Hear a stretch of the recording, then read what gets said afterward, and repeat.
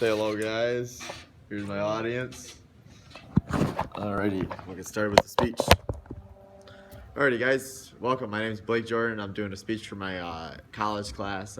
It's an informative speech about the Olympic ice hockey tournament in Pyeongchang, South Korea, and some new rules being implemented. Now, I have an analogy for you guys to think about. Think about the past, alright? It's a great time, isn't it? We reminisce, we love, we learn. Well, I got a story as well. 1980, great year. Started in Lake Placid, New York. The U.S. men's hockey team, very big underdogs to a loaded Soviets team. They were by far one of the best teams in the world. They were winning gold medals, world hockey championships, you name it. The U.S. men's hockey team pulled an upset, were able to get a win, and ended up winning the gold medal. Now, those were the good old days, right?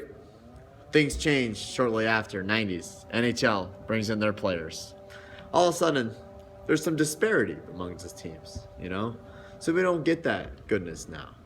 And now, as we jump in, you might be wondering these new rules. Well, luckily, after 2 decades of the NHL being included, they took their players away.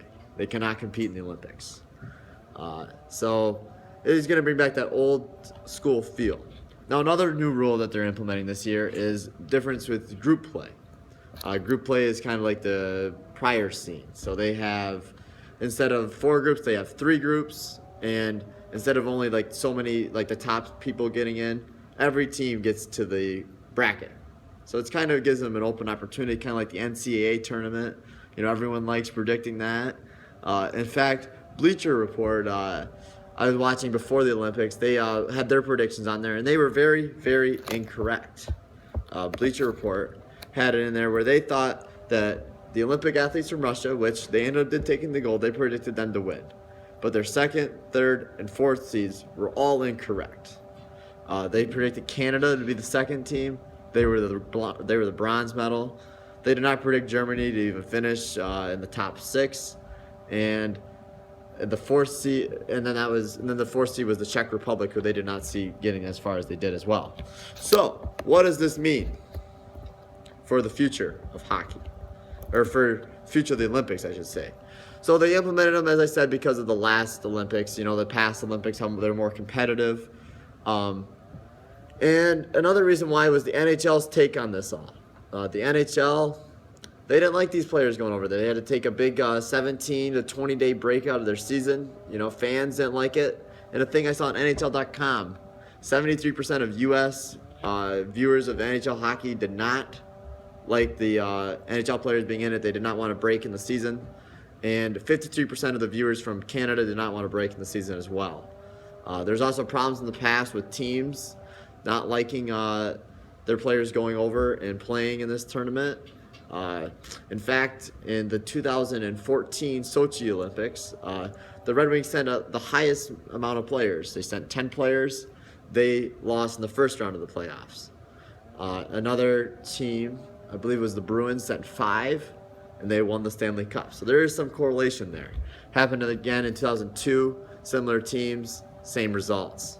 So, and the NHL also did not like the money aspect of it all. So, before the NHL players were used, there was fewer powerhouses. I mean, there was one big one in the Russians, which seemed to reemerge. But also now there's younger skill getting involved. There's more guys that are making a name for themselves. Some key names that we saw in the Olympics, Ryan Donato from Harvard. He attended school. You know, nobody knew him before the Olympics. It gives guys that either just trying to make a name for themselves or guys that were already washed up that are still trying to keep their name going, keep their legacy living on.